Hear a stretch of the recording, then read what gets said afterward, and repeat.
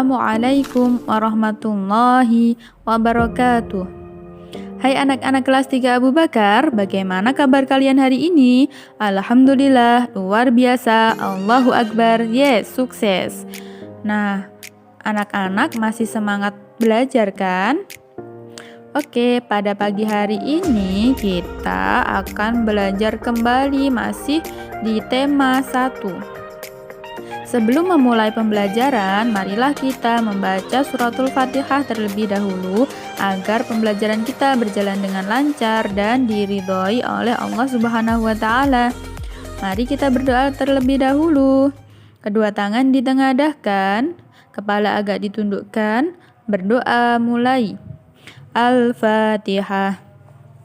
A'udzu billahi minasyaitonir rajim. Bismillahirrahmanirrahim. Alhamdulillahi rabbil alamin. Ar-Rahmanir-Rahim. Maliki yaumiddin. Iyyaka na'budu wa iyyaka nasta'in. Ihdinas siratal mustaqim. Siratal ladzina an'amta 'alaihim ghairil maghdubi 'alaihim waladdallin. Rabbighfirli wa liwalidayya wa lil mu'minina amin ya rabbal alamin. Alhamdulillahirabbil alamin. Nah, bagaimana? Sudah siap untuk belajar hari ini? Selamat pagi anak-anakku kelas 3 Abu Bakar. Nah, bagaimana? Hari ini kalian sudah siap untuk belajar? Baik, hari ini Ustazah akan menjelaskan materi tentang diskusi. Nah, anak-anak sudah tahu atau belum diskusi itu apa? Nah, baik. Diskusi itu adalah sebuah kegiatan bertukar pikiran antara dua orang atau lebih yang bertujuan untuk memecahkan masalah atau mencari solusi secara bersama-sama dari sebuah masalah.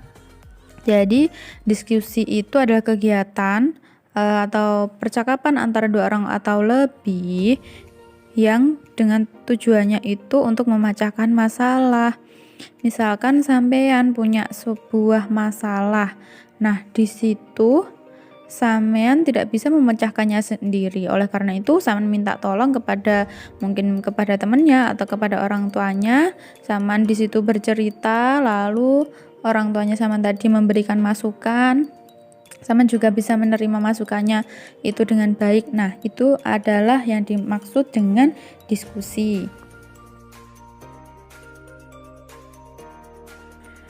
Sekarang kita akan membahas tentang hal-hal yang harus diperhatikan dalam berdiskusi. Nah, hal-hal yang harus diperhatikan dalam berdiskusi itu ada 4. Yang pertama, tidak memotong pembicaraan orang lain. Jadi ketika kita berbicara dengan orang lain atau kita sedang berdiskusi dengan orang lain, ketika orang lain tersebut sedang menyampaikan isi hatinya atau menyampaikan pendapatnya, kita tidak boleh menyela atau memotong pembicaraannya karena hal tersebut tidak sopan dan mungkin membuat orang tersebut tadi tersinggung dan mungkin juga orang tadi bisa lupa akan apa yang akan dibicarakan tadi. Yang kedua, yakni tidak memaksakan pendapat. Nah, jadi ketika kita sedang melaksanakan diskusi, ketika kita mengutarakan pendapat kita, lalu ada yang tidak setuju, kita tidak boleh memaksakan apa yang menjadi keinginan kita, seperti itu ya. Dan yang ketiga, menjaga kondisi agar tetap aman dan nyaman. Nah, ini juga sangat penting ketika kita sedang berdiskusi. Menjaga suasana atau keadaan diskusi itu tetap berjalan dengan nyaman. Contohnya seperti ini. Ketika kita sedang ngobrol, mungkin ada hal-hal yang bisa merusak suasana. Mungkin misalkan tiba-tiba kita bersendawa atau tiba-tiba kentut di depan umum. Nah, hal-hal seperti itu, hal-hal kecil seperti itu akan bisa merusak suasana, atau tiba-tiba sampean mengangkat telepon atau mengabaikan orang yang mengajak bicara. Nah, hal-hal seperti itu bisa merusak suasana dan kenyamanan saat berdiskusi. Alhasil, orang yang kita ajak bicara tadi menjadi tidak nyaman dan tidak bersemangat lagi berdiskusi atau berbicara dengan kita. Lalu yang keempat, yakni sampaikan pendapat dengan santun. Nah, ini juga sangat penting. Ketika kita menyampaikan pendapat, alangkah baiknya kita menggunakan bahasa yang santun, entah itu dengan orang yang lebih tua dari kita ataupun yang lebih muda. Kita harus tetap menggunakan bahasa yang santun agar enak didengar dan juga lebih mudah diterima oleh mereka, dan juga membuat suasana tetap menjadi kondusif dan semuanya tetap senang. Seperti itu. Nah, setelah melakukan diskusi, kalian akan menemukan sebuah hasil dari diskusi tersebut atau menemukan pemecahan dari sebuah masalah. Nah, hasil dari diskusi tersebut dapat disajikan dalam bentuk laporan. Nah, laporan penyajian hasil diskusi itu harus singkat, jelas, terperinci, dan lengkap. Setelah mengetahui pengertian diskusi, hal-hal yang harus diperhatikan dalam diskusi, sekarang Ustazah akan menjelaskan manfaat dari diskusi. Nah, manfaat dari diskusi itu apa? Yang pertama, diskusi dapat menyelesaikan masalah dengan efektif. Kenapa? Karena ketika kita dihadapkan dengan suatu masalah, kita berusaha menyelesaikannya sendiri, itu tidak akan efektif. Kita hanya berpikir terus tanpa menemukan solusi.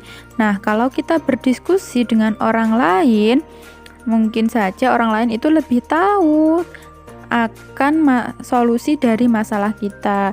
Jadi, masalah kita cepat terselesaikan. Yang kedua, menambah wawasan. Seperti yang sudah Ustazah jelaskan tadi,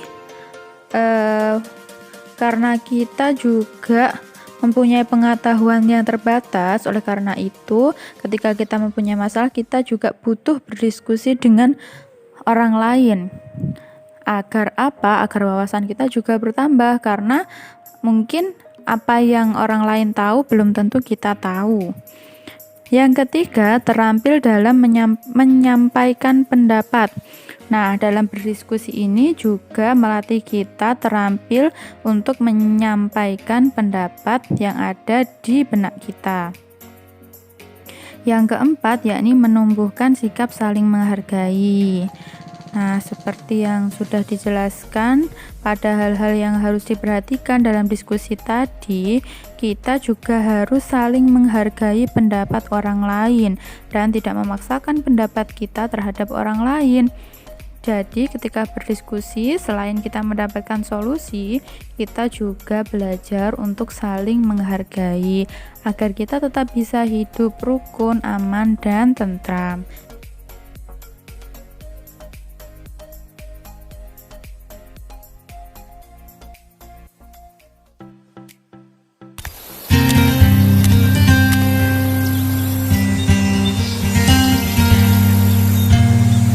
Ibu tahu kamu merasa menyesal karena sudah berkelahi. Kamu tahu kan, kamu tidak boleh berkelahi, itu tidak baik. Itu artinya kamu sudah melanggar peraturan, Agus. Kamu tahu ada sanksi kalau melanggar peraturan. Nah, menurutmu apa sanksinya? Aku tidak akan bermain dengan teman-temanku minggu ini. Menurut ibu, tidak bermain dengan teman-teman selama 3 hari cukup adil. Jika kamu bersikap baik selama 3 hari sesudahnya. Tidak mulai perkelahian di sekolah ataupun mengganggu adikmu. Maka kamu boleh bermain lagi dengan teman-temanmu. Setuju? Baiklah, kalau begitu, mari kita ceritakan pada Bapak apa yang sudah terjadi dan apa kesepakatan yang sudah kita buat. Jadi, kamu sudah menentukan sendiri temanmu Agus. Itu bagus. Bapak tidak marah. Yang penting kamu sudah tahu kesalahanmu dan sudah berjanji untuk memperbaiki diri. Selama tidak bermain dengan teman-teman, kamu akan punya lebih banyak waktu untuk membaca, mengerjakan pekerjaan rumah, dan membantu ibu atau bapak. Aduh, Ita. Coba lihat, Nak. Kamu menggambari apa ini? Tembok.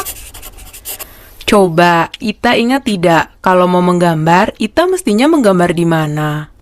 Di buku gambar. Pintar. Nah, kalau Ita menggambar di tembok, Ita harus bagaimana? Masih ingat? Nah, sekarang kita bersihkan tembok sama-sama yuk. Besok Ita boleh nonton film Unyi lagi. Tapi hari ini tidak boleh, karena Ita sudah menggambar di tembok. Setuju?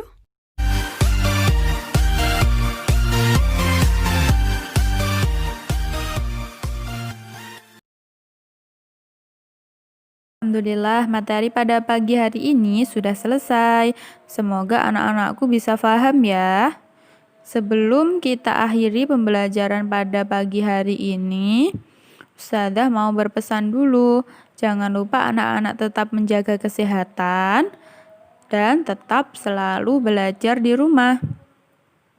Oke, sekarang kita akhiri pembelajaran pada pagi hari ini dengan membaca doa kafaratul majlis. Kedua tangan ditengadahkan, kepala agak ditundukkan, berdoa mulai. Bismillahirrahmanirrahim. Subhanakallahumma wa bihamdika asyhadu an la ilaha illa anta astaghfiruka wa atubu ilaik. Alhamdulillahirabbil alamin. Semoga ilmunya bermanfaat. Apabila Ustazah ada salah kata, mohon dimaafkan ya. Ustazah akhiri, ihdinas siratal mustaqim. Wassalamualaikum warahmatullahi wabarakatuh. Sampai jumpa anak-anak.